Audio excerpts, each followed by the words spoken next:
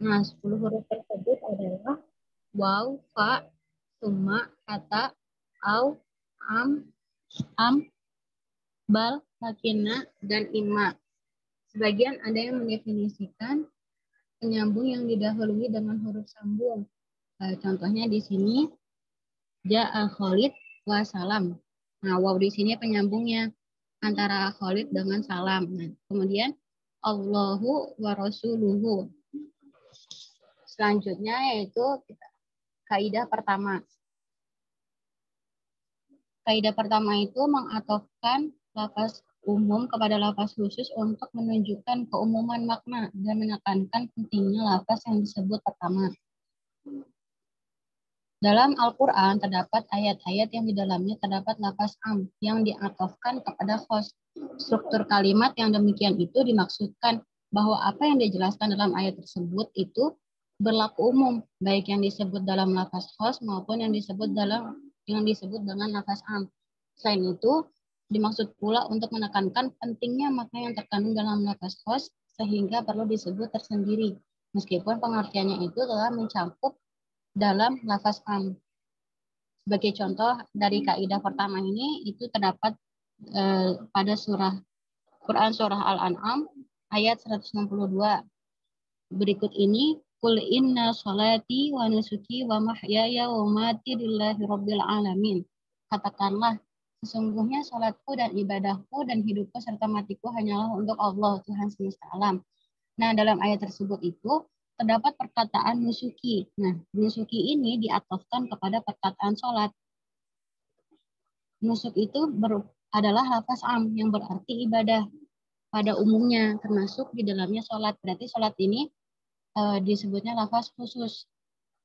Nah, sholat dalam konteks ini adalah lafaz khas. Pengertian sholat itu sebenarnya telah mencakup dalam lafaz nusuk. Penyebutan kata sholat sebelum penyebutan nusuk dimaksud untuk menunjukkan pentingnya rukun Islam yang kedua itu, yaitu sholat.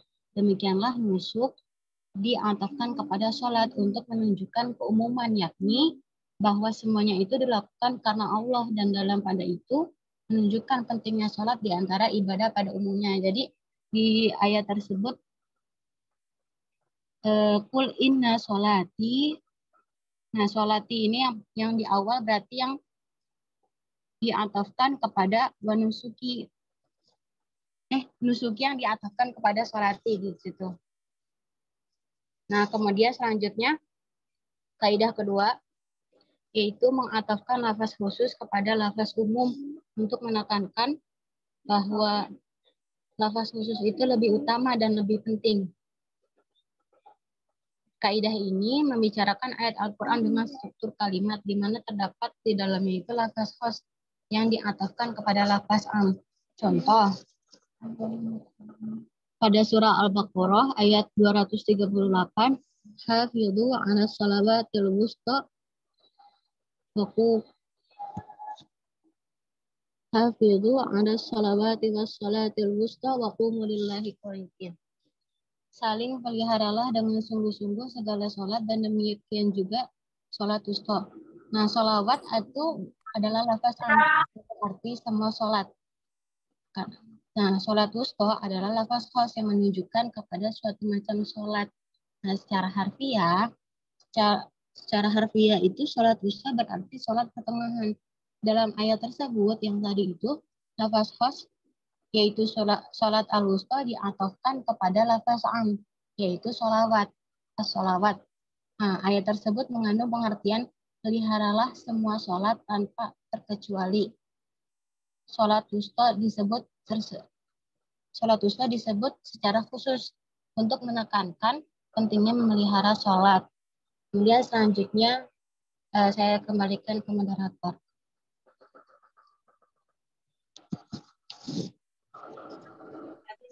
Ya, selanjutnya selanjutnya saya sendiri, kaidah ketiga yaitu suatu kata benda yang disifati dengan dua sifat yang berbeda, maka salah satu dari dua kata sifat itu boleh diatofkan kepada yang lain. Dalam Al-Quran terdapat ayat-ayat yang menjelaskan tentang mausuf yang disifati dengan sifat-sifat yang berbeda. Dalam hal ini biasanya terdapat dua kemungkinan. Nah, yang pertama, sifat itu disebut berturut-turut antara sifat dengan sifat yang lain yang dihubungkan dengan waw ataf. Kemudian yang kedua, sifat itu disebut tanpa menggunakan huruf ataf sebagai penghubung. Contoh yang pertama pada surat Al-A'la ayat 1 sampai 4. Bismillahirrahmanirrahim. Iqra bismi rabbikal ladzi khalaq, khalaqal insana min 'alaq, iqra wa rabbukal akram alladzi 'allama bil qalam. Nah, pada ayat pertama terdapat sebuah kata yang disifati yang diberi keterangan yaitu kata Rob. Nah, pada ayat berikutnya yaitu 2, 3 dan 4 merupakan sifat dari kata Rob yang terdapat pada ayat pertama. Lalu pada ayat kedua, alladzi khalaqa fasawwa menjelaskan dari sifat kata Rob secara langsung tanpa ada kata penghubung atau waw ataf. Ayat ketiga dan ayat keempat menjelaskan sifat dari kata Rob yang terdapat pada ayat pertama. Tetapi sifat itu menggunakan kata penghubung waw sehingga berbunyi walladzi qaddara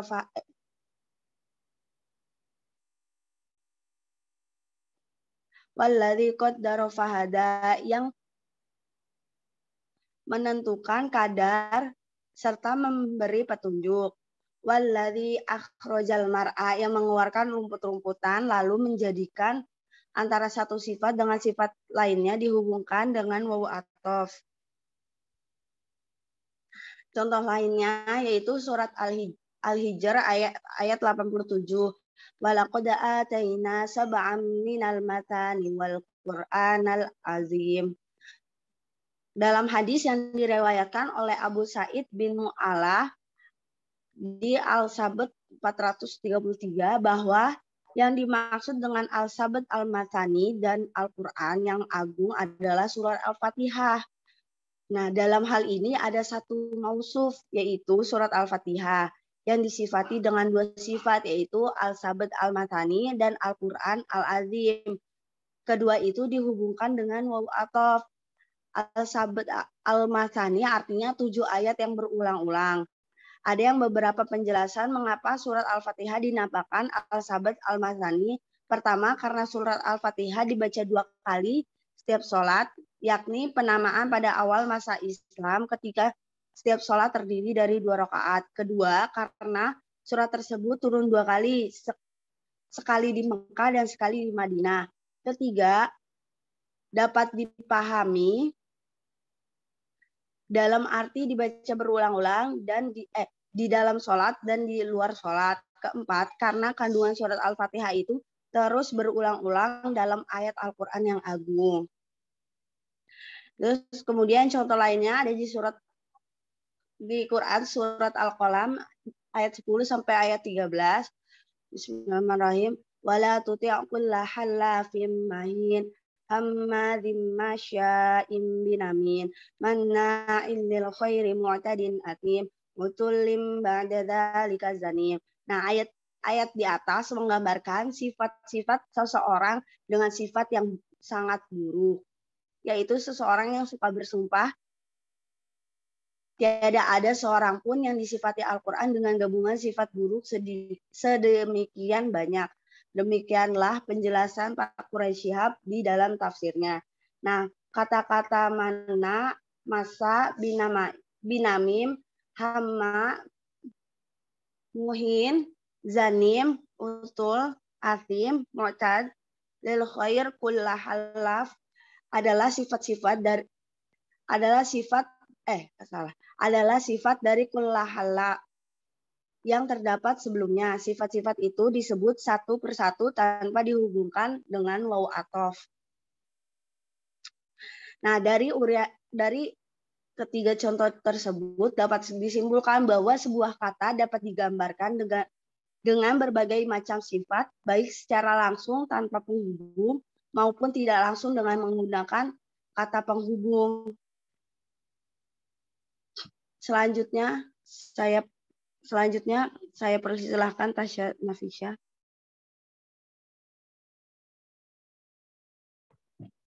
Baik, selanjutnya yaitu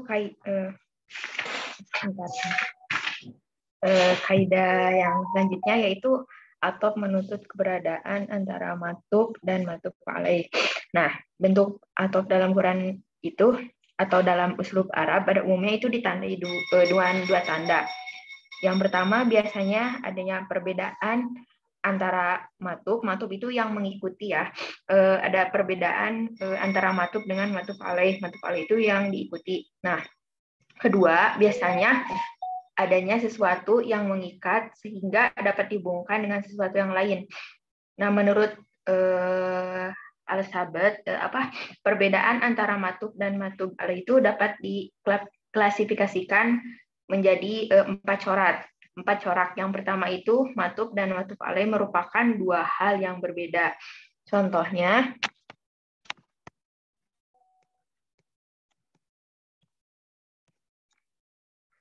terdapat dalam surat Al-Furqan ayat 59, Bismillahirrahmanirrahim. Alladzi khalaqas samawati wal arda wa ma bainahuma fi sittati ayyamin tsumma stawa 'alal 'arsy ar-rahmanu fas'al bihi khabira. Yang artinya, yang menciptakan langit dan bumi dan apa yang ada di antara keduanya dalam 6 masa, kemudian dia bersemayam di atas arsy. Dialah yang Maha Pemurah, maka tanyakanlah tentang Allah kepada yang lebih mengetahui Muhammad tentang dia. Nah, dalam ayat tersebut terdapat beberapa lafaz yang artinya itu diatopkan satu kepada yang lainnya. Beberapa lafaz yang tersebut yang dimaksud adalah lafaz as-samawat, al-ard, terus bainahuma. Nah, ketiga lafaz tersebut disambungkan dengan huruf atop, yaitu wawu huruf atopnya. Nah, bila kita perhatikan, ketiga lafaz tersebut berbeda ucapan, artinya, dan tidak ada kaitan yang satu dengan yang lainnya. Terus, dari struktur kalimat di dalamnya juga bahwa matub dan matub alaihnya itu diikat dengan kesamaan dalam hukum atau dalam kedudukan. Nah, kesamaan yang mengikatnya itu adalah bahwa ketiganya adalah makhluk ciptaan Tuhan, langit, bumi, dan di antara yang keduanya itu adalah merupakan makhluk ciptaan Tuhan. Maka antara perbedaan antara matub dan matub alaihnya itu ada kesamaan dalam segi hukum yang mengikatnya gitu. Terus yang kaidah kedua yaitu matub dan matub alaih merupakan dua hal yang berbeda tetapi ada kaitan antara satu yang lainnya. Kan kalau yang pertama tadi itu mereka antara ada kaitan, tidak ada. Nah, sekarang yang ini ada gitu, ada kaitannya. Contohnya yaitu terdapat dalam surat Al-Baqarah ayat 42, Bismillahirrahmanirrahim, wa la talbisul haqqo bil batili wa taqtumul haqqo wa antum ta'lamun. Nah, dalam ayat tersebut lafaz taqtumul haqqo itu disambungkan dengan talbisul haqqo. Nah, dari segi kesamaan hukum antara matub dan matub alaihnya, bahwa keduanya itu sama-sama perbuatan yang dilarang oleh agama.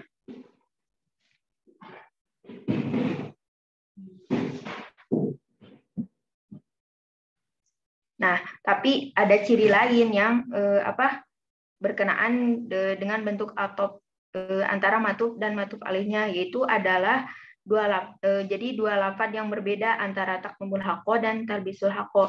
Tapi mereka walaupun berbeda itu ada kaitannya, kaitan antara satu dengan yang lainnya. Nah, menurut As-Sabat, bahwa kaitan tersebut yang dimaksud berkaitan itu antara mencampurkan yang hak dengan yang batil. Nah, terjadi karena banyak orang yang menurut beliau itu karena terjadi banyak orang yang menyembunyikan kebenaran dan menyatakan kebatilan. Bagaimana juga halnya orang yang menyembunyikan kebenaran dituntut untuk menyatakan kebatilan sebagai ganti dari kebenaran yang disembunyikan. Maka demikian antara talbisul haqqo dan taqtumul haqqo itu ada kaitannya. Terus yang tiga yaitu matuf merupakan sebagian dari matuf alaih. Contohnya dalam surat Al-Ahzab ayat 7. Bismillahirrahmanirrahim. Wa id akhadna minan nabiyyin mitsaqahum wa minka wa min Nuhin wa Ibrahim. Wa min Nuhin wa Ibrahim wa Musa wa Isa bin Maryam wa akhadna minhum mitsaqan ghalidha. Dan nah, dalam ayat tersebut terdapat beberapa lafaz yang diatofkan.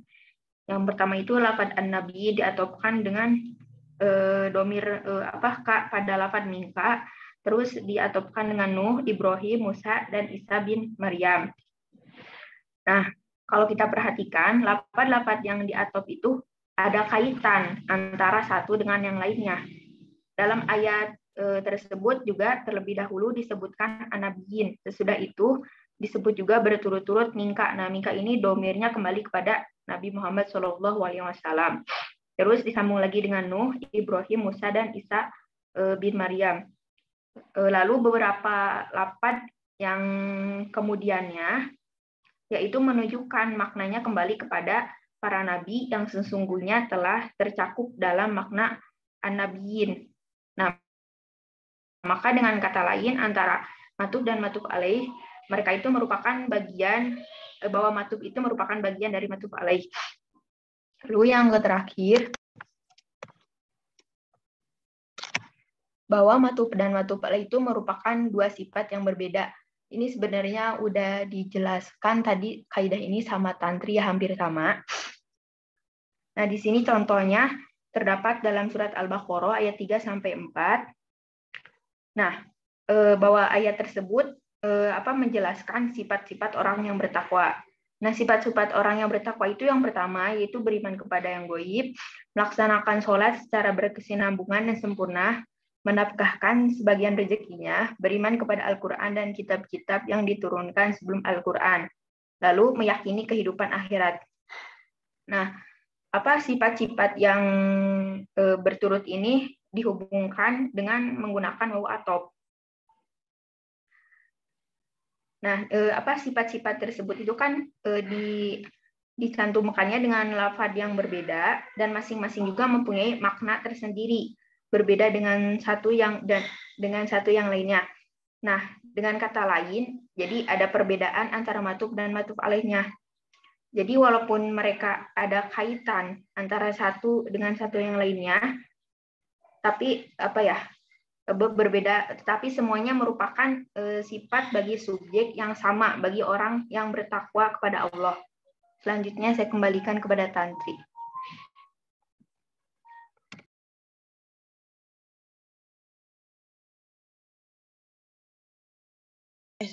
Selanjutnya, kaidah kelima, menyambungkan kalimat nominal kepada kalimat verbal, memberikan makna kekal dan keabadian. Contohnya pada Quran Surat Al-An'am ayat 56, Qad dolaltu idza wa ma ana minal muhtadin. Nah, frasa dari qad dolaltu idza adalah kalimat verbal yang mengandung makna perubahan dan kebaruan. Sedangkan wa ma ana minal muhtadin adalah kalimat nominal yang mengandung makna kekekalan dan keabadian. Ketika wa ma ana minal muhtadin disambungkan kepada qad dolaltu id, maka makna ayat itu adalah seandainya saya Nabi Muhammad mengikuti kehendak mereka, maka saya tentu akan menjadi orang yang sesat selamanya dan tidak akan memperoleh hidayah pula selamanya. Hal itu karena apa yang diberi oleh orang-orang musyrik tidak akan ada gunanya. Sekian dari presentasi dari kami. Apabila ada pertanyaan, kita sama gitu ya, atau adakah persamaan mengenai pembahasan atof yang ini, kaidah tafsir ini dengan pembahasan yang di Jurumiyah? Kan ada atof juga, atof ma'atuf gitu. Nah, sama enggak, Kak? Oke, Kak. Terima kasih. Ada yang mau bertanya lagi?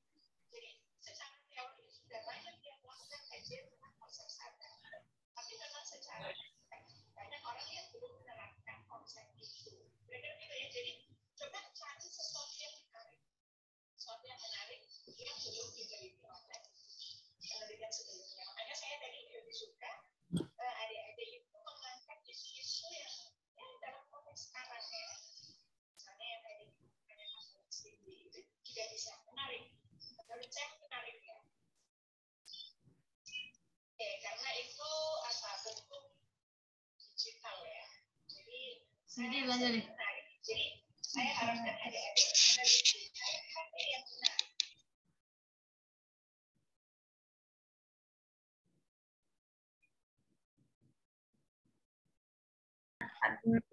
Kalau ada kaitannya itu gak apa-apa sih jawab.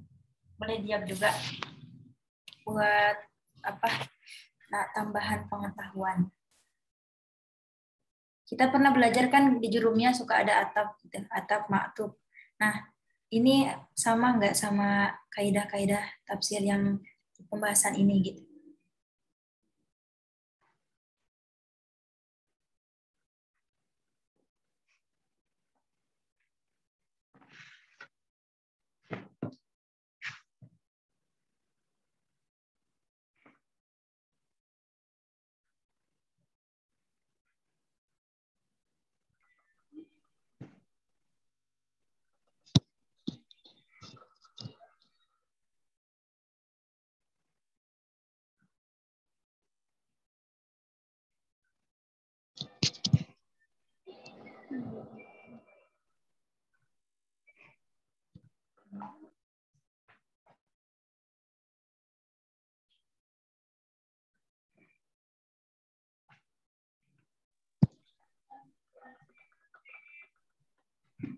Izin menjawab pertanyaan Kak Sylvia.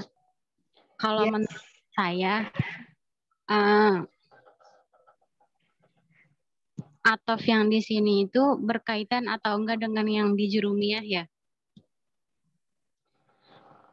Kalau dibilang berkaitan sih berkaitan. Soalnya kan kalau kayak di jurumiyah atau nahu itu dibahasnya itu kan kayak susunan-susunannya gitu kan ya.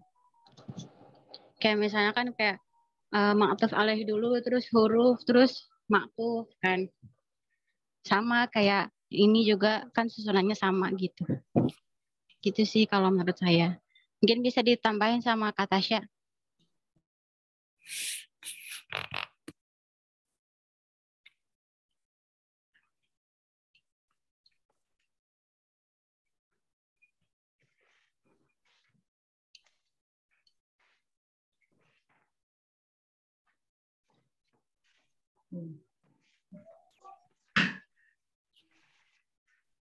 Jadi sama enggak sama?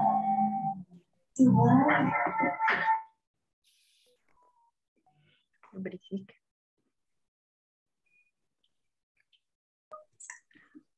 Kak mau nambahin boleh nggak? Boleh Pak, Kak Juwai boleh. Ahlinya Kak Juwai.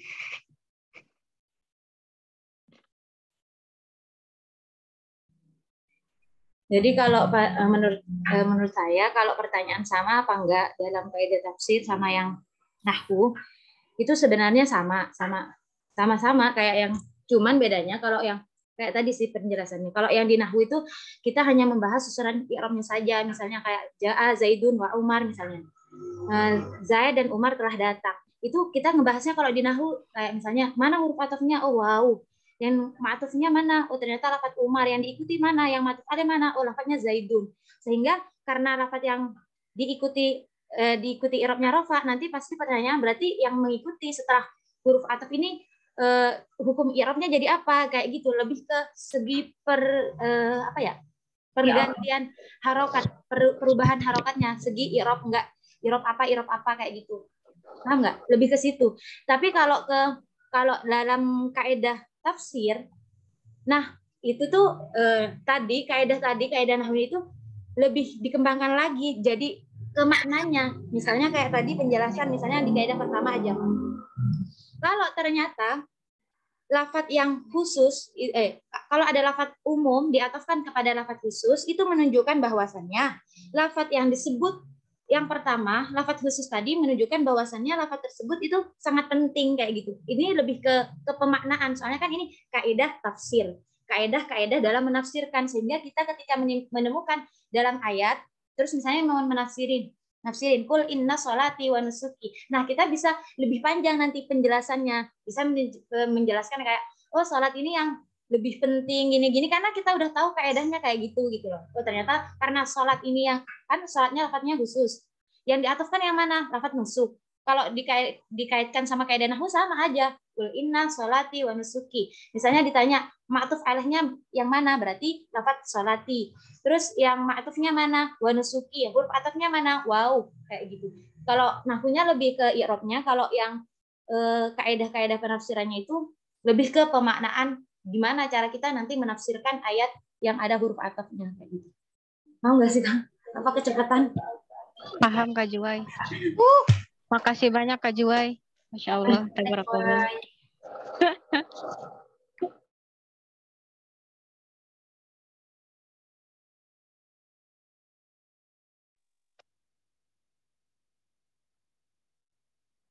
Sudah apakah ada yang mau bertanya lagi?